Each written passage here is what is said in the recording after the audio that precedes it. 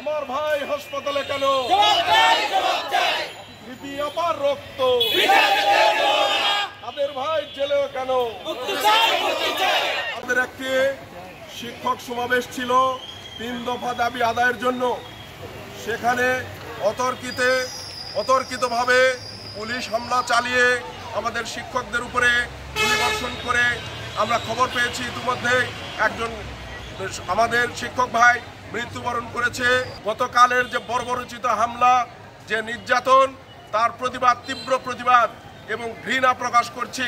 আমরা আমাদের ন্যায্য দাবি, আমাদের শিক্ষক ভাইদের মুক্তি, আমাদের সকল দাবি দেওয়া সরকারকে মেনে নেওয়ার আহ্বান জানাই। যারা আজকে আহত তাদের সর্বাত্মক চিকিৎসার ব্যবস্থা চাই।